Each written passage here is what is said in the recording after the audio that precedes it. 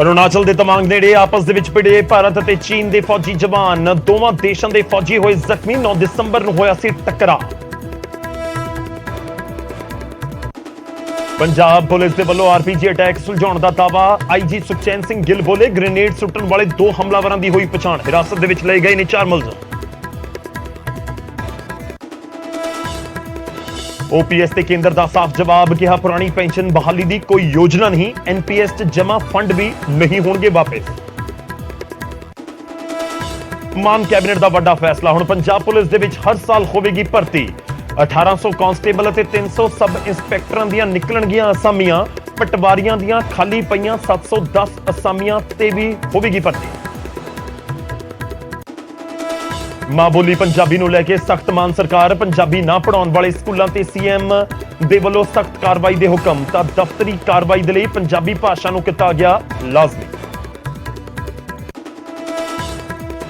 ਕੋਟਕਪੁਰਾ ਗੋਲੀकांड ਮਾਮਲੇ 'ਚ ਸੁਖਬੀਰ ਸਿੰਘ ਬਾਦਲ ਤੋਂ ਹੋਈ ਕਰੀਬ 3 ਘੰਟੇ ਪੁੱਛ ਪੜਤਾਲ। ਐਸਆਈਟੀ ਨੇ 3 ਘੰਟੇ ਤੱਕ ਕੀਤੇ ਸਵਾਲ ਜਵਾਬ। बीजेपी ਦੇ ਐਮਪੀ ਦੇ ਵੱਲੋਂ 2000 ਰੁਪਏ ਦਾ ਨੋਟ ਬੰਦ ਕੀਤੇ ਜਾਣ ਦੀ ਮੰਗ। ਸੁਸ਼ੀਲ ਮੋਦੀ ਬੋਲੇ, ਬਲੈਕ ਮਨੀ ਦੇ ਵਿੱਚ ਵਰਤਿਆ ਜਾ ਰਿਹਾ ਹੈ 2000 ਵਾਲਾ ਨੋਟ। 2016 ਦੇ ਵਿੱਚ ਨੋਟਬੰਦੀ ਦੌਰਾਨ ਲਿਆਂਦਾ ਗਿਆ ਸੀ 2000 ਰੁਪਏ ਦਾ ਨੋਟ। ਚੀਫ ਵਿਪ ਦੇ ਵਜੋਂ ਬਲਜਿੰਦਰ ਕੌਰ ਨੂੰ ਦਿੱਤਾ ਗਿਆ ਮੰਤਰੀ ਦਾ ਦਰਜਾ। ਮੰਤਰੀ ਦੇ ਬਰਾਬਰ ਤਨਖਾਹ, ਭੱਤੇ ਅਤੇ ਸਹੂਲਤਾਂ ਵੀ ਮਿਲਣਗੀਆਂ।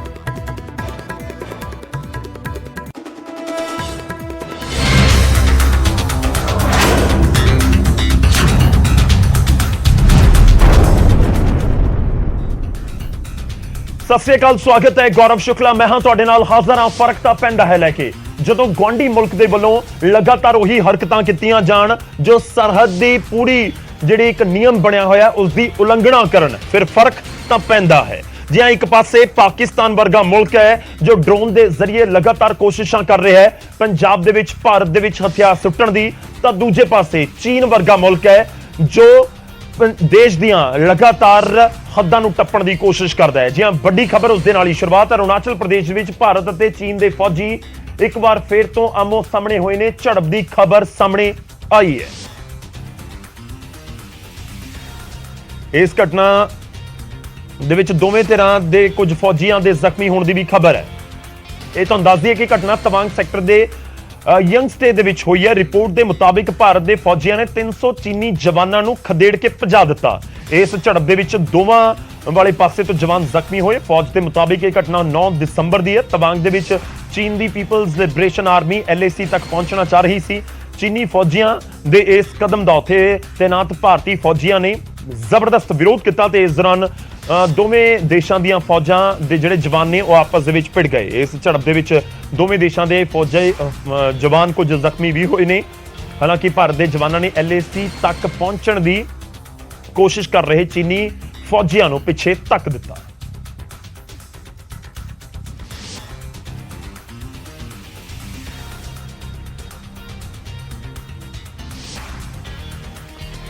ਖੈਰ, ਜਦੋਂ ਬਾਰ-ਬਾਰ ਗੁਆਂਢੀ ਮੁਲਕ ਆਪਣੀਆਂ ਨਾਪਾਕ ਹਰਕਤਾਂ ਤੋਂ ਬਾਜ਼ ਨਾ ਆਵੇ ਫਿਰ ਫਰਕ ਤਾਂ ਪੈਂਦਾ ਹੈ।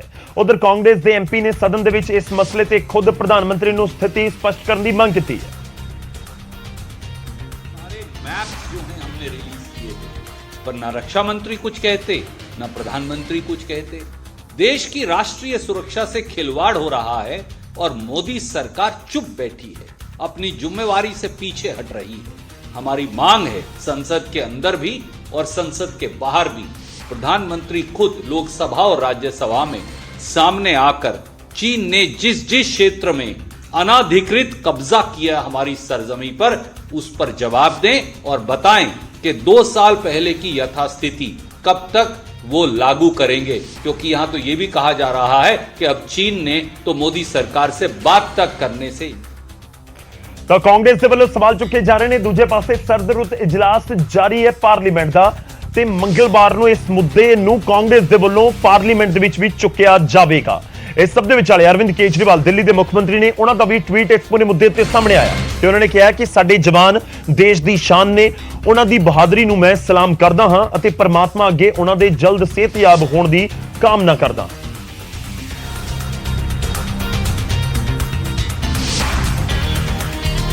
ਤਾਂ ਇੱਕ ਗਵਾਂਢੀ ਮੁਲਕ ਦੀ ਫੌਜ ਨੂੰ ਖਦੇੜ ਦਿੱਤਾ ਗਿਆ ਭਾਰਤੀ ਜਵਾਨਾਂ ਦੇ ਵੱਲੋਂ। ਚੀਨ ਦਾ ਅਸੀਂ ਜ਼ਿਕਰ ਕਰ ਰਹੇ ਹਾਂ ਤੇ ਹੁਣ ਦੂਜੇ ਗਵਾਂਢੀ ਮੁਲਕ ਦਾ ਵੀ ਜ਼ਿਕਰ ਕਰਦੇ ਹਾਂ, ਪਾਕਿਸਤਾਨ ਦਾ। ਜੀ ਹਾਂ, ਲਗਾਤਾਰ ਕੋਸ਼ਿਸ਼ਾਂ ਜਾਰੀ ਨੇ ਪਰ ਕੋਸ਼ਿਸ਼ਾਂ ਨਾਕਾਮ ਵੀ ਕੀਤੀਆਂ ਜਾ ਰਹੀਆਂ ਨੇ। ਤਰਨਤਾਰਨ ਦੇ ਸਰਹਾਲੀ ਥਾਣੇ ਦੇ ਉੱਤੇ ਹੋਏ ਆਰਪੀਜੀ ਅਟੈਕ ਕੇਸ, ਇਸ ਪੂਰੇ ਮੁੱਦੇ ਨੂੰ ਪੁਲਿਸ ਨੇ ਸੁਲਝਾਉਣ ਦਾ ਦਾਅਵਾ ਕੀਤਾ।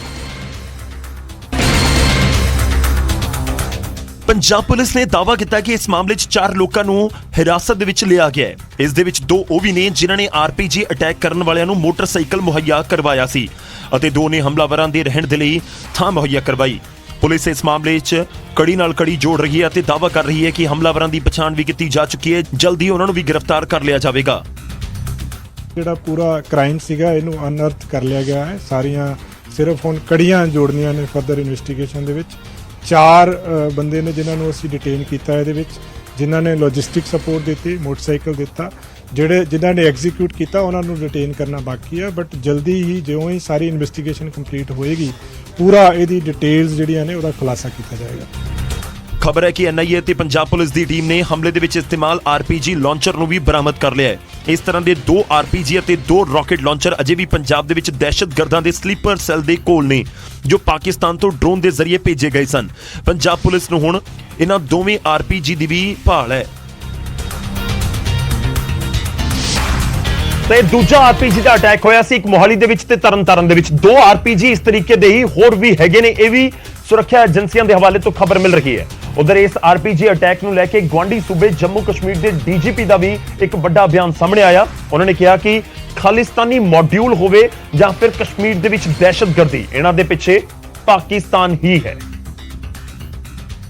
पंजाब में सर ट्विन आरपीजी अटैक्स हुए, पहले मोहाली में, परसों जो है तरनतारन के सरहाली में, किस तरह से देखें? इस पे अभी कमेंट नहीं करेंगे। इसका एक तालमेल किसी लेवल के ऊपर, क्योंकि आतंकी जो माँ है वो एक है और माँ पाकिस्तान है। उसके अलावा जो दाएं बाएं जितनी भी मिलिटेंसी चलती, चाहे वो खालिस्तानी फॉर्म में हो चाहे कश्मीर की दहशतगर्दी की फॉर्म में हो, माँ एक है तो वो दोनों को चलाने की कोशिश कभी कभी तालमेल करती हैं। मगर ऐसी केसेस जहाँ भी सामने आए हैं, हम लोग और पंजाब के दोनों तरफ पुलिस जो है मिलकर काम कर रही है। सर ड्रोन कितनी बड़ी चुनौती है? ड्रोन जितनी बड़ी चुनौती बन के उभरी है, इसमें काफ़ी चीज़ें जो हैं अभी तक हम लोग पॉजिटिव साइड पे सॉर्ट आउट कर पाए हैं। बहुत सारी सॉर्टीज हथियार लेकर के, रेडीमेड आईडीज लेकर के, बाकी चीज़ें लेकर के जहाँ पर पाकिस्तान की तरफ से भेजी जा रही हैं, इसको काफ़ी अच्छे से अभी तक डील किया गया है। और हम लोग और भी पहलुओं पे काम कर रहे हैं कि इस चुनौती को और इफेक्टिवली अच्छे तरीके से। ਤਾਂ ਡਰੋਨ ਤੋਂ ਲੈ ਕੇ ਆਰਪੀਜੀ ਅਤੇ ਹੋਰ ਜੋ ਗਤੀਵਿਧੀਆਂ ਨੇ ਉਹ ਇੱਕ ਚੁਣੌਤੀ ਜ਼ਰੂਰ ਹੈ, ਪਰ ਦੂਜੇ ਪਾਸੇ J&K ਦੇ ਡੀਜੀਪੀ ਕਹਿ ਰਹੇ ਨੇ ਕਿ ਦਹਿਸ਼ਤਵਾਦ ਦੀ ਮਾਂ ਪਾਕਿਸਤਾਨ ਹੈ, ਯਾਨੀ ਕਿ ਉੱਥੋਂ ਹੀ ਇਹ ਪੂਰੇ ਪਲਾਨ ਘੜੇ ਜਾ ਰਹੇ ਨੇ, ਚਾਹੇ ਉਹ ਜੰਮੂ ਕਸ਼ਮੀਰ ਦੇ ਹੋਣ ਜਾਂ ਫਿਰ ਪੰਜਾਬ ਦੇ ਵਿੱਚ ਖਾਲਿਸਤਾਨੀ ਮੋਡਿਊਲ ਦੇ ਹੋਣ। ਅਗਲੀ ਖਬਰ ਦਾ ਰੁਖ ਕਰਦੇ ਹਾਂ। ਅਫਗਾਨਿਸਤਾਨ ਦੀ ਰਾਜਧਾਨੀ ਕਾਬੁਲ ਦੇ ਵਿੱਚ ਇੱਕ ਵੱਡੇ ਹੋਟਲ ਦੇ ਉੱਤੇ ਦਹਿਸ਼ਤਗਰਦੀ ਹਮਲਾ ਹੋ ਗਿਆ। ਦਹਿਸ਼ਤਗਰਦੀ ਹਮਲੇ ਨੇ ਭਾਰਤ ਦੇ ਵਿੱਚ ਲੋਕਾਂ ਨੂੰ 2008 ਦੇ ਮੁੰਬਈ ਅਟੈਕ ਦੀ ਵੀ ਯਾਦ ਦਿਵਾ ਦਿੱਤੀ। ਕਾਬੁਲ ਦੇ ਵਿੱਚ ਹੋਏ ਇਸ ਹੋਟਲ ਦੇ ਨੇੜੇ ਉਸ ਤਰ੍ਹਾਂ ਦਾ ਹੀ ਮੰਜ਼ਰ ਹੈ ਜਿਵੇਂ ਕਿ 2008 ਦੇ ਵਿੱਚ ਤਾਜ ਹੋਟਲ ਦੇ ਉੱਤੇ ਹਮਲੇ ਤੋਂ ਬਾਅਦ ਨਜ਼ਰ ਆਇਆ ਸੀ। ਹਮਲੇ ਦੇ ਸਮੇਂ ਹੋਟਲ ਦੇ ਵਿੱਚ ਕਈ ਚੀਨੀ ਅਧਿਕਾਰੀ ਮੌਜੂਦ ਸਨ। ਹਮਲੇ ਤੋਂ ਬਾਅਦ ਦੀਆਂ ਕੁਝ ਤਸਵੀਰਾਂ ਵੀ ਸਾਹਮਣੇ ਆਈਆਂ ਨੇ। ਇਹਨਾਂ ਦੇ ਵਿੱਚ ਹੋਟਲ ਦੇ ਹਿੱਸੇ 'ਚ ਅੱਗ ਲੱਗੀ ਨਜ਼ਰ ਆਉਂਦੀ ਹੈ। ਗੋਲੀਆਂ ਚੱਲਣ ਦੀ ਆਵਾਜ਼ ਵੀ ਸੁਣਾਈ ਦੇ ਰਹੀ ਹੈ।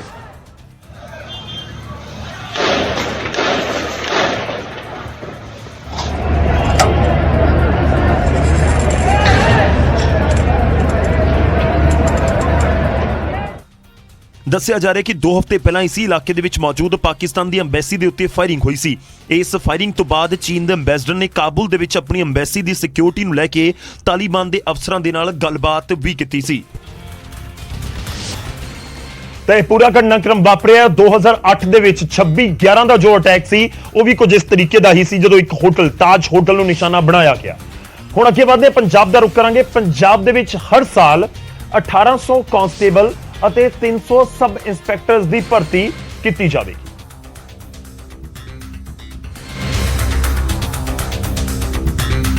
ਭਰਤੀ ਦਾ ਫੈਸਲਾ ਮਾਨ ਕੈਬਨਿਟ ਦੀ ਬੈਠਕ ਦੇ ਵਿੱਚ ਲਿਆ ਗਿਆ। ਇਹ ਭਰਤੀ ਪ੍ਰਕਿਰਿਆ ਐਡਵਰਟਾਈਜ਼ਮੈਂਟ ਜਾਰੀ ਕਰਨ ਦੇ 1 ਸਾਲ ਦੇ ਅੰਦਰ ਪੂਰੀ ਕੀਤੀ ਜਾਵੇਗੀ। ਪੁਲਿਸ ਭਰਤੀ ਦੇ ਲਈ ਇੱਕ ਸ਼ੈਡਿਊਲ ਜਾਰੀ ਕੀਤਾ ਗਿਆ ਹੈ, ਜਿਸ ਦੇ ਮੁਤਾਬਿਕ ਹਰ ਸਾਲ ਹੁਣ 15 ਸਤੰਬਰ ਤੋਂ 30 ਸਤੰਬਰ ਤੱਕ ਫਿਜ਼ੀਕਲ ਟੈਸਟ ਹੋਣਗੇ। ਹਰ ਸਾਲ ਪੰਜਾਬ ਪੁਲਿਸ ਦੇ ਵਿੱਚ ਵੱਖ-ਵੱਖ ਰੈਂਕਸ ਦੇ ਹਰ ਸਾਲ 2100 ਤੋਂ ਜ਼ਿਆਦਾ ਮੁੰਡੇ ਕੁੜੀਆਂ ਭਰਤੀ ਕੀਤੇ ਜਾਣਗੇ।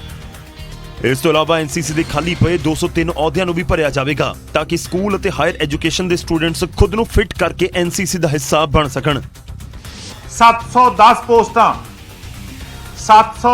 ਪੋਸਟਾਂ ਪਟਵਾਰੀ ਦੀਆਂ, ਮਾਲ ਪਟਵਾਰੀ ਦੀਆਂ ਇਸ ਸਾਲ ਭਰਤੀ ਕਰਨ ਦਾ ਫੈਸਲਾ ਕੀਤਾ ਗਿਆ ਕਿਉਂਕਿ ਪੰਜਾਬ ਦੇ ਅੰਦਰ ਬਹੁਤ ਸਾਰੀਆਂ ਜਿਹੜੀਆਂ ਪੋਸਟਾਂ ਸੀ ਉਹ ਖਾਲੀ ਪਈਆਂ ਸੀਗੀਆਂ।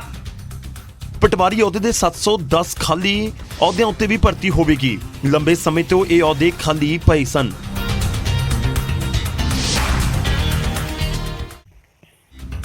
ਖੈਰ, ਨੌਜਵਾਨਾਂ ਦੇ ਲਈ ਜਦੋਂ ਰੋਜ਼ਗਾਰ ਦਾ ਜ਼ਿਕਰ ਹੋਵੇ ਤੇ ਸਰਕਾਰ ਕਹੇ ਕਿ ਹਰ ਸਾਲ ਜਿਹੜੀ ਪੰਜਾਬ ਪੁਲਿਸ ਦੇ ਵਿੱਚ ਭਰਤੀਆਂ ਕੱਢੀਆਂ ਜਾਣਗੀਆਂ ਹਰ ਸਾਲ, ਫਿਰ ਫਰਕ ਤਾਂ ਪੈਂਦਾ ਹੈ। ਜੀ ਹਾਂ, ਹੁਣ ਅੱਗੇ ਵਧਦੇ ਹਾਂ ਤੇ ਗੱਲ ਹੋਵੇਗੀ EMPLOYEES ਦਾ ਜ਼ਿਕਰ ਹੋਇਆ ਤੇ EMPLOYEES ਦੀ ਪੈਨਸ਼ਨ ਦਾ ਜ਼ਿਕਰ ਕਰਾਂਗੇ। ਗੱਲ OPS ਦੀ, 올ਡ ਪੈਨਸ਼ਨ ਸਕੀਮ ਦੀ। ਕੇਂਦਰ ਨੇ 올ਡ ਪੈਨਸ਼ਨ ਸਕੀਮ ਲਾਗੂ ਕਰਨ ਨੂੰ ਲੈ ਕੇ ਪੰਜਾਬ ਸਰਕਾਰ ਨੂੰ ਇੱਕ ਵੱਡਾ ਝਟਕਾ ਦਿੱਤਾ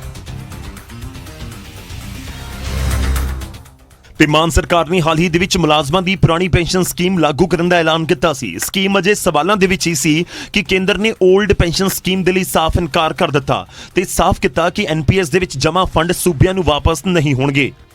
ਦਰਅਸਲ ਲੋਕ ਸਭਾ ਦੇ ਵਿੱਚ ਅਸਦੁੱਦੀਨ ਅਵੈਸੀ ਨੇ ਕੇਂਦਰ ਤੋਂ OPS ਅਤੇ NPS ਨੂੰ ਲੈ ਕੇ ਸਵਾਲ ਪੁੱਛਿਆ ਸੀ, ਜਿਸ ਤੇ ਸਰਕਾਰ ਨੇ ਜਵਾਬ ਦਿੱਤਾ ਕਿ ਪੁਰਾਣੀ ਪੈਨਸ਼ਨ ਬਹਾਲੀ ਦੀ ਕੋਈ ਯੋਜਨਾ ਨਹੀਂ ਹੈ। ਰਾਜਸਥਾਨ, ਛੱਤੀਸਗੜ੍ਹ, ਝਾਰਖੰਡ ਨੇ OPS ਬਹਾਲੀ ਦੀ ਜਾਣਕਾਰੀ ਦਿੱਤੀ ਹੈ। ਤਿੰਨਾਂ ਰਾਜਾਂ ਨੇ NPS ਤਹਿਤ ਜਮ੍ਹਾਂ ਫੰਡ ਵਾਪਸ ਕਰਨ ਦੇ ਮਤੇ ਭੇਜੇ ਨੇ। ਕੇਂਦਰ ਦੇ ਜਵਾਬ ਤੋਂ ਇਹ ਵੀ ਪਤਾ ਲੱਗਦਾ ਹੈ ਕਿ ਪੰਜਾਬ ਨੇ ਫੰਡ ਵਾਪਸੀ ਦਾ ਅਜੇ ਤੱਕ ਕੋਈ ਮਤਾ ਨਹੀਂ ਭੇਜਿਆ। NPS ਦੇ ਤਹਿਤ ਜਮ੍ਹਾਂ ਰਕਮ ਵਾਪਸ ਕਰਨ ਦੀ ਕੋਈ ਕਾਨੂੰਨੀ ਵਿਵਸਥਾ ਨਹੀਂ ਹੈ ਤੇ ਪੁਰਾਣੀ ਪੈਨਸ਼ਨ ਸਕੀਮ ਲਾਗੂ ਕਰਨ ਨੂੰ ਲੈ ਕੇ ਪੰਜਾਬ ਸਰਕਾਰ ਨੇ ਪਿਛਲੇ ਦਿਨੀ ਬਕਾਇਦਾ ਨੋਟੀਫਿਕੇਸ਼ਨ ਵੀ ਜਾਰੀ ਕੀਤਾ ਸੀ। ਹਾਲਾਂਕਿ ਇਸ ਦੇ ਵਿੱਚ ਸ਼ਰਤਾਂ ਕੀ ਹੋਣਗੀਆਂ ਇਸ ਬਾਰੇ ਅਜੇ ਤੱਕ ਖੁਲਾਸਾ ਨਹੀਂ ਹੋਇਆ, ਪਰ ਇਹ ਸਕੀਮ ਹੁਣ ਲਟਕਦੀ ਹੋਈ ਨਜ਼ਰ ਜ਼ਰੂਰ ਆ ਰਹੀ ਹੈ ਤੇ ਝਟਕਾ ਸਰਕਾਰ ਸਣੇ ਮੁਲਾਜ਼ਮਾਂ ਦੇ ਲਈ ਵੀ ਵੱਡਾ ਮੰਨਿਆ ਜਾ ਰਿਹਾ ਹੈ। ਤਾਂ ਕੇਂਦਰ ਦੀ ਸਰਕਾਰ ਨੇ ਦੋ ਅਹਿਮ ਪੁਆਇੰਟਸ ਕਲੀਅਰ ਕੀਤੇ। ਇੱਕ ਕਿ OPS ਯਾਨੀ 올ਡ ਪੈਨਸ਼ਨ ਸਕੀਮ ਲਾਗੂ ਕਰਨ ਦੀ ਕੇਂਦਰ ਸਰਕਾਰ ਦੀ ਕੋਈ ਯੋਜਨਾ ਨਹੀਂ ਤੇ ਦੂਜਾ ਪੁਆਇੰਟ ਇਹ ਕਿ NPS ਦਾ ਪੈਸਾ ਜੋ ਕਰੀਬ 17,000 ਕਰੋੜ ਪੰਜਾਬ ਦਾ ਹੈ, ਪੰਜਾਬ ਦੇ EMPLOYEES ਦਾ, ਉਹ ਵੀ ਵਾਪਸ ਕਰਨ ਵਾਲੀ ਕੋਈ ਤਜਵੀਜ਼ ਉਹਨਾਂ ਦੇ ਸਾਹਮਣੇ ਨਹੀਂ ਹੈ। ਯਾਨੀ ਉਹ ਵੀ ਪੈਸਾ ਸੈਂਟਰ ਨੇ ਵਾਪਸ ਕਰਨ ਤੋਂ ਇਨਕਾਰ ਕਰ ਦਿੱਤਾ ਹੈ। ਪਰ ਇਸ ਸਭ ਦੇ ਵਿਚਾਲੇ ਸਿਆਸਤ ਹੋ ਰਹੀ ਹੈ। ਕੇਂਦਰ ਨੇ OPS ਤੇ ਰਾਜਾਂ ਨੂੰ ਦੋ ਟੁਕ ਸੁਣਾ ਦਿੱਤੀ ਤਾਂ ਆਮ ਆਦਮੀ ਪਾਰਟੀ ਨੇ ਕੇਂਦਰ ਨੂੰ ਨਿਸ਼ਾਨੇ ਤੇ ਲਿਆ ਤੇ ਸ਼ੁਰੂ ਹੋਈ 올ਡ ਪੈਨਸ਼ਨ ਤੇ ਕੋਲਡ ਵਾਰ। ਤੇ ਮਸਲਾ ਮੁਲਾਜ਼ਮਾਂ ਦੀ ਪੈਨਸ਼ਨ ਬਹਾਲੀ ਦਾ ਹੈ, ਪਰ ਮਤਾ ਸੀ ਪੰਜਾਬ ਸਰਕਾਰ ਦਾ ਤੇ ਨਾ ਕੀਤੀ ਕੇਂਦਰ ਸਰਕਾਰ ਨੇ, ਜਿਸ ਨੂੰ ਲੈ ਕੇ ਪੰਜਾਬ ਸਰਕਾਰ ਨੇ ਕੇਂਦਰ ਨੂੰ ਖਰੀਆਂ ਸੁਣਾਈਆਂ। ਇੱਕ ਗੱਲ ਤੇ ਬਿਲਕੁਲ ਸਿੱਧ ਹੋ ਗਈ ਹੈ ਕਿ ਜਿਹੜੀ ਕੇਂਦਰ ਦੀ ਮੋਦੀ ਸਰਕਾਰ ਹੈਗੀ ਹੈ ਉਹ ਮੁਲਾਜ਼ਮਾਂ ਦੇ ਹੱਕ ਦੇ ਵਿੱਚ ਕਤਈ ਨਹੀਂ ਹੈਗੀ। ਜੇਕਰ ਕਾਨੂੰਨੀ ਸਲਾਹ ਲੈਣੀ ਪੈਂਦੀ ਹੈ ਜਾਂ ਕਾਨੂੰਨੀ ਲੜਾਈ ਲੜਨੀ ਪੈਂਦੀ ਹੈ ਉਹ ਵੀ ਲੜਾਂਗੇ। ਆਮ ਆਦਮੀ ਪਾਰਟੀ ਨੇ ਇਲਜ਼ਾਮ ਲਗਾਏ, ਜਿਸ ਦਾ BJP ਨੇ ਮੋੜਵਾਂ ਜਵਾਬ ਦਿੱਤਾ ਹੈ ਤੇ ਆਮ ਆਦਮੀ ਪਾਰਟੀ ਦੀ ਸਰਕਾਰ ਤੋਂ ਤਿੱਖੇ ਸਵਾਲ ਪੁੱਛੇ ਨੇ। ਹੁਣ ਲਾਉਣ ਦਾ ਵੇਲਾ ਆਇਆ ਤੇ ਅੱਜ ਕਹਿੰਦੇ ਨੇ ਕੇਂਦਰ ਸਰਕਾਰ ਨੇ ਪੈਸੇ ਨਹੀਂ ਦਿੱਤੇ, ਇਸ ਕਰਕੇ ਲਾਗੂ ਨਹੀਂ ਕਰ ਰਹੇ। ਕਿਹੜੀ ਸਰਕਾਰ ਮੰਨਦੀ? ਇਹ ਸਰਕਾਰ ਅਰਵਿੰਦ ਕੇਜਰੀਵਾਲ ਦੇ ਇਸ਼ਾਰਿਆਂ ਤੇ ਚੱਲਣ ਵਾਲੀ ਔਰ ਨੌਟੰਕੀਬਾਜ਼ ਦੇ ਇਸ਼ਾਰਿਆਂ ਤੇ ਚੱਲ ਰਹੀ ਸਰਕਾਰ ਆ। ਮਾਨ ਸਰਕਾਰ ਕੇਂਦਰ ਤੇ ਵਰੀ ਤਾਂ ਉਧਰ ਵਿਰੋਧੀ ਕੇਂਦਰ ਦੇ ਜਵਾਬ ਨੂੰ ਆਧਾਰ ਬਣਾਉਂਦੇ ਹੋਏ ਪੰਜਾਬ ਸਰਕਾਰ ਨੂੰ ਨਿਸ਼ਾਨੇ ਤੇ ਲੈ ਰਹੇ ਨੇ। ਇਹ ਤਾਂ ਆਪਣੇ ਆਪ ਹੀ ਇਹਨਾਂ ਨੇ ਜਾ ਕੇ ਪਹਿਲਾਂ ਹਿਮਾਚਲ ਚ ਮਨ ਬਣਾਇਆ ਸੀ, ਫਿਰ ਹਿਮਾਚਲ ਤੋਂ ਬਦਲੇ ਫਿਰ ਇਹਨਾਂ ਦਾ ਇਰਾਦਾ ਸੀ ਗੁਜਰਾਤ ਚ ਕਰਾਂਗੇ ਨੋਟੀਫਿਕੇਸ਼ਨ। ਉਮੀਦ ਨਹੀਂ ਹੈ ਕਿ ਇਹ 올ਡ ਪੈਨਸ਼ਨ ਸਕੀਮ ਨੂੰ ਲਾਗੂ ਕਰ ਪਾਉਣਗੇ ਜਾਂ ਕਰਨਗੇ। ਜਦਕਿ ਅਕਾਲੀ ਦਲ ਨੇ ਪੰਜਾਬ ਸਰਕਾਰ ਦੇ ਐਲਾਨ ਨੂੰ ਗੁਜਰਾਤ ਤੇ ਹਿਮਾਚਲ ਦੀਆਂ ਚੋਣਾਂ ਦੇ ਨਾਲ ਜੋੜ ਦਿੱਤਾ ਹੈ।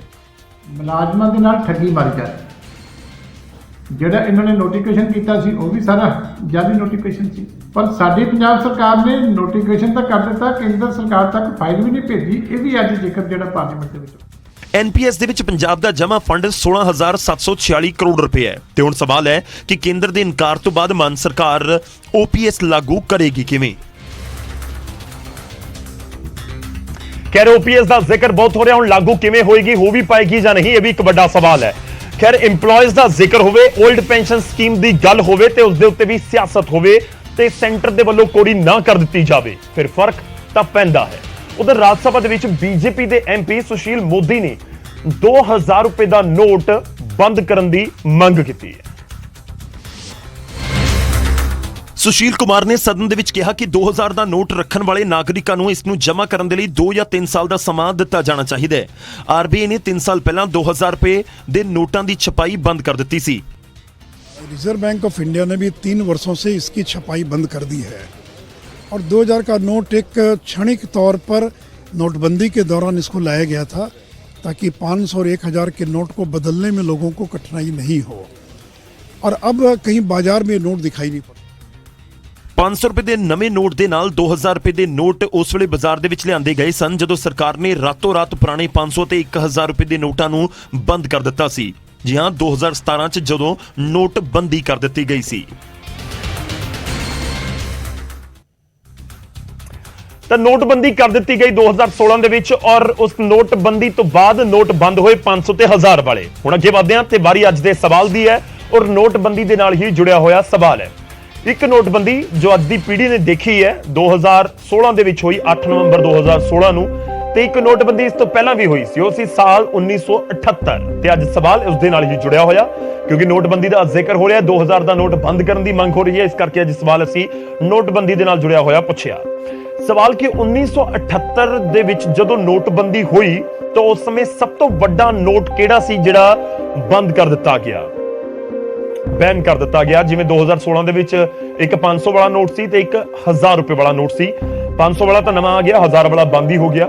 ਤਾਂ ਚਾਰ ਆਪਸ਼ਨ ਤੁਹਾਨੂੰ ਦੇ ਰਿਹਾ ਕਿ 1978 ਦੇ ਵਿੱਚ ਸਭ ਤੋਂ ਵੱਡਾ ਨੋਟ ਕਿਹੜਾ ਸੀ ਜਿਹੜਾ ਬੰਦ ਕਰ ਦਿੱਤਾ ਗਿਆ ਸੀ। A 500 ਰੁਪਏ ਵਾਲਾ ਨੋਟ, B 10000 ਰੁਪਏ ਦਾ ਨੋਟ, C 5000 ਰੁਪਏ ਦਾ ਨੋਟ, ਜਾਂ ਫਿਰ D 1000 ਰੁਪਏ ਦਾ ਨੋਟ। ਤੁਹਾਡੇ ਘਰ ਦੇ ਵਿੱਚ ਤੁਹਾਡੇ ਵੱਡੇ ਜਿਹੜੇ ਹੋਣਗੇ ਜਾਂ ਜਿਹੜੇ ਸਾਡੇ ਨਾਲ ਦਰਸ਼ਕ ਜੁੜੇ ਹੋਏ ਨੇ 1978 ਦੇ ਵਿੱਚ ਜਿਨ੍ਹਾਂ ਨੂੰ ਉਸ ਸਮੇਂ ਦੀ ਪੂਰੀ ਸੋਝੀ ਹੈ, ਤਾਂ ਲਾਜ਼ਮੀ ਤੌਰ ਤੇ ਉਹਨਾਂ ਨੂੰ ਯਾਦ ਹੋਏਗਾ ਕਿ ਉਸ ਸਮੇਂ ਕਿਹੜਾ ਬਹੁਤ ਵੱਡਾ ਨੋਟ ਆਉਂਦਾ ਸੀ ਜਿਹੜਾ ਬੰਦ ਕਰ ਦਿੱਤਾ ਗਿਆ ਸੀ। ਅੱਜ ਇਹੀ ਸਵਾਲ ਹੈ, ਸਵਾਲ ਦਾ ਜਵਾਬ ਇਸ ਪ੍ਰੋਗਰਾਮ ਦੇ ਦੌਰਾਨ ਅਸੀਂ ਤੁਹਾਡੇ ਤੱਕ ਪਹੁੰਚਾਵਾਂਗੇ।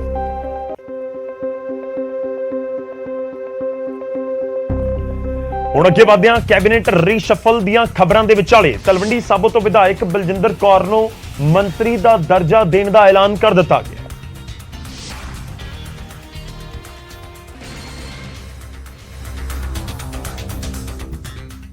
ਪੰਜਾਬ ਕੈਬਨਿਟ ਨੇ ਬਿੱਲ ਨੂੰ ਮਨਜ਼ੂਰੀ ਵੀ ਦੇ ਦਿੱਤੀ ਹੈ। ਬਲਜਿੰਦਰ ਕੌਰ ਪੰਜਾਬ ਵਿਧਾਨ ਸਭਾ ਦੇ ਵਿੱਚ ਆਮ ਆਦਮੀ ਪਾਰਟੀ ਦੀ ਚੀਫ ਵਿਪ ਨੇ।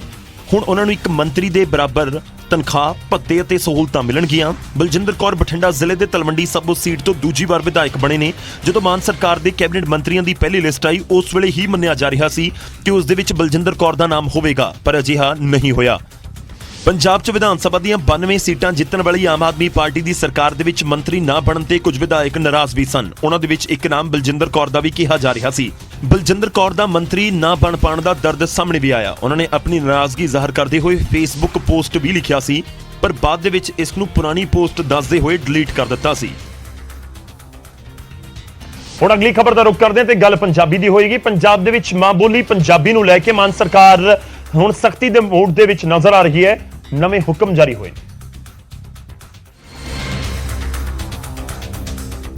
ਤੇ ਮੁੱਖ ਮੰਤਰੀ ਭਗਵੰਤ ਮਾਨ ਨੇ ਪੰਜਾਬੀ ਨਾ ਪੜਾਉਣ ਵਾਲੇ ਸਕੂਲਾਂ ਤੇ ਸਖਤ ਕਾਰਵਾਈ ਦੇ ਨਿਰਦੇਸ਼ ਦਿੱਤੇ ਨੇ। ਸੀਐਮ ਮਾਨ ਪੰਜਾਬੀ ਯੂਨੀਵਰਸਿਟੀ ਪਹੁੰਚੇ ਸਨ, ਜਿੱਥੇ ਉਹਨਾਂ ਪੰਜਾਬ ਦੇ ਵਿੱਚ ਪੰਜਾਬੀ ਦੇ ਡਿੱਗਦੇ ਮਿਆਰ ਦੇ ਉੱਤੇ ਚਿੰਤਾ ਜਤਾਈ ਤੇ ਹੁਕਮ ਦਿੱਤੇ ਕਿ ਜੇਕਰ ਕੋਈ ਵੀ ਸਰਕਾਰੀ ਜਾਂ ਗੈਰ ਸਰਕਾਰੀ ਸਕੂਲ ਆਪਣੇ ਵਿਦਿਆਰਥੀਆਂ ਨੂੰ ਪੰਜਾਬੀ ਬੋਲਣ ਤੋਂ ਰੋਕਦਾ ਹੈ ਜਾਂ ਫਿਰ ਜੁਰਮਾਨਾ ਕਰਦਾ ਹੈ ਤਾਂ ਉਸ ਦੇ ਖਿਲਾਫ ਸਖਤ ਕਾਰਵਾਈ ਕੀਤੀ ਜਾਵੇ ਤੇ ਪਹਿਲੀ ਵਾਰ ਦੇ ਵਿੱਚ ਹੀ ਸਕੂਲਾਂ ਦੀ ਮਾਨਤਾ ਰੱਦ ਕਰ ਦਿੱਤੀ ਜਾਵੇਗੀ। ਜੇ ਤੁਸੀਂ ਪਹਿਲੀ ਵਾਰ ਜੁਰਮਾਨਾ ਕੀਤਾ ਤੁਹਾਡੇ ਸਕੂਲ ਦੀ ਐਫੀਲੀਏਸ਼ਨ ਅਸੀਂ ਖਤਮ ਕਰ ਦਿਆਂਗੇ, ਅਸੀਂ ਉਹਨੂੰ ਓਵਰਟੇਕ ਕਰ ਲਾਂਗੇ। ਇਹ ਕੋਈ ਅਸੀਂ ਥੱਪਦੇ ਨਹੀਂ ਹੈਗੇ, ਥੱਪਦੇ ਨਹੀਂ। ਜਿਹੜੀ ਮਰਜ਼ੀ ਲੈਂਗੁਏਜ ਸਿੱਖੋ, ਫ੍ਰੈਂਚ ਸਿੱਖ ਲਓ, ਜਰਮਨ ਸਿੱਖ ਲਓ, ਪਰ ਮਾਂ ਬੋਲੀ ਦੀ ਕੀਮਤ ਤਾਂ ਨਾ ਸਿੱਖੋ ਨਾ। ਉਧਰ ਉਚੇਰੀ ਸਿੱਖਿਆ ਤੇ ਭਾਸ਼ਾ ਵਿਭਾਗ ਦੇ ਵੱਲੋਂ ਇੱਕ ਚਿੱਠੀ ਜਾਰੀ ਕਰਕੇ ਪੰਜਾਬ ਦੇ ਸਾਰੇ ਸਰਕਾਰੀ, ਅਰਧ ਸਰਕਾਰੀ ਤੇ ਨਿੱਜੀ ਅਦਾਰਿਆਂ ਨੂੰ ਆਪਣੇ ਬੋਰਡ ਪੰਜਾਬੀ ਭਾਸ਼ਾ ਦੇ ਵਿੱਚ ਕਰਨ ਦੇ ਹੁਕਮ ਦਿੱਤੇ ਗਏ ਨੇ। ਇਹਨਾਂ ਹੁਕਮਾਂ ਦੇ ਤਹਿਤ ਲੋਕਾਂ ਨੂੰ ਪੰਜਾਬੀ ਭਾਸ਼ਾ ਦੇ ਵਿੱਚ ਬੋਰਡ ਤਬਦੀਲ ਕਰਨ ਦੇ ਲਈ 21 ਫਰਵਰੀ 2023 ਤੱਕ ਦਾ ਸਮਾਂ ਵੀ ਦਿੱਤਾ ਗਿਆ ਹੈ ਤੇ 21 ਫਰਵਰੀ 2023 ਤੋਂ ਬਾਅਦ ਕਾਰਵਾਈ ਦੇ ਹੁਕਮ ਵੀ ਚਿੱਠੀ ਦੇ ਵਿੱਚ ਸਾਫ਼ ਤੌਰ ਤੇ ਲਿਖ ਦਿੱਤੇ ਗਏ ਨੇ। ਤਾਂ ਪੰਜਾਬੀ ਨੂੰ ਲੈ ਕੇ ਇਸ ਸਮੇਂ ਸਖਤੀ ਜ਼ਰੂਰ ਦਿਖਾਈ ਜਾ ਰਹੀ ਹੈ, ਪਰ ਸਵਾਲ ਇਹ ਹੈ ਕਿ ਪੰਜਾਬ ਦੇ ਵਿੱਚ ਪੰਜਾਬੀ ਮਾਂ ਬੋਲੀ ਤੇ ਉਸ ਨੂੰ ਲਾਗੂ ਕਰਵਾਉਣ ਦੇ ਲਈ ਵੀ ਸਖਤੀ ਕਰਨੀ ਪਵੇ, ਫਿਰ ਫਰਕ ਤਾਂ ਪੈਂਦਾ ਹੈ। ਉਧਰ ਕੋਟਕਪੁਰਾ ਗੋਲੀकांड ਮਾਮਲੇ ਦੇ ਵਿੱਚ ਸੁਖਬੀਰ ਸਿੰਘ ਬਾਦਲ ਤੋਂ ਐਸਆਈਟੀ ਨੇ ਮੁੜ ਤੋਂ ਪੁੱਛ ਪੜਤਾਲ ਕੀਤੀ ਹੈ।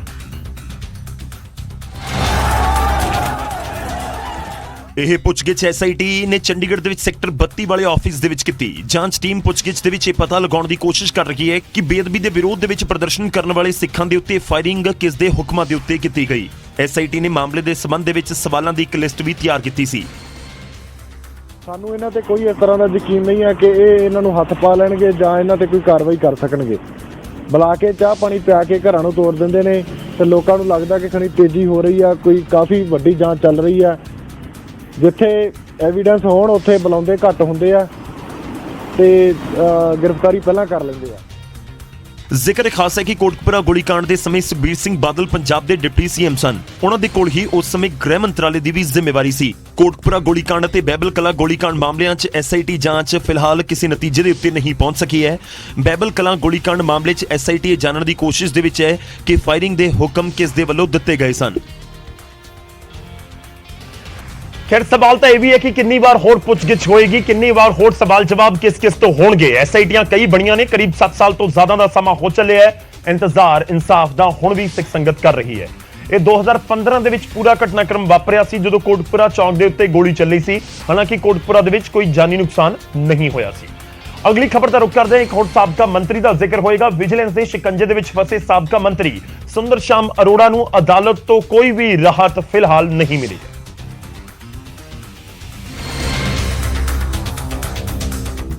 ਤੇ ਸੋਮਵਾਰ ਨੂੰ ਪੰਜਾਬ ਹਰਿਆਣਾ ਹਾਈ ਕੋਰਟ ਦੇ ਵਿੱਚ ਸਾਬਕਾ ਮੰਤਰੀ ਸ਼ਾਮ ਸੁੰਦਰ ਅਰੋੜਾ ਦੀ ਜ਼ਮਾਨਤ ਅਰਜ਼ੀ ਦੇ ਉੱਤੇ ਸੁਣਵਾਈ ਹੋਈ, ਜਿਸ 'ਚ ਅਦਾਲਤ ਨੇ ਅਰੋੜਾ ਨੂੰ ਰਾਹਤ ਨਾ ਦਿੰਦਿਆਂ ਅਗਲੀ ਤਰੀਕ ਤੱਕ ਸੁਣਵਾਈ ਮੁਅੱਤਲ ਕਰ ਦਿੱਤੀ।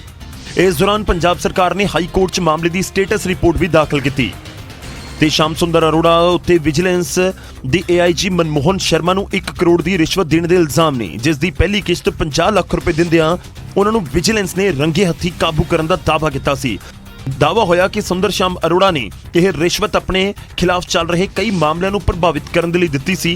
फिलहाल सुंदर श्याम अरोड़ा की जमानत पटीशन ते 15 दिसंबर को अगली सुनवाई होगी।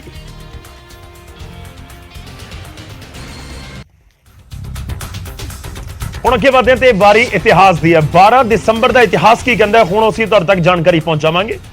बहुत अहम दिन है देश के लिए। 12 दिसंबर का इतिहास जुड़िया होया है दिल्ली दे नाल। जी हां, दिल्ली नूं भारत की राजधानी बनाया गया सी। देश की राजधानी दिल्ली के अस्तित्व तो 12 दिसंबर के दिन का एक वखरा ही संबंध जुड़िया होया है। दरअसल 12 दिसंबर 1911 दे विच कलकत्ता की थां दे उत्ते दिल्ली नूं देश की राजधानी बनाउण दा फैसला लिया गया। ब्रिटेन के राजा राणी उस समय भारत के दौरे के उत्ते आए हुए सन ਅਤੇ ਉਹਨਾਂ ਨੇ ਦਿੱਲੀ ਦੇ ਬਾਹਰੀ ਇਲਾਕੇ ਦੇ ਵਿੱਚ ਪ੍ਰਬੰਧਿਤ ਦਿੱਲੀ ਦਰਬਾਰ ਦੇ ਵਿੱਚ ਇਹ ਐਲਾਨ ਕੀਤਾ ਸੀ ਕਿ ਭਾਰਤ ਦੀ ਰਾਜਧਾਨੀ ਕਲਕੱਤਾ ਦੀ ਬਜਾਏ ਹੁਣ ਤੋਂ ਯਾਨੀ 12 ਦਸੰਬਰ 1911 ਤੋਂ ਦਿੱਲੀ ਹੋਵੇਗੀ।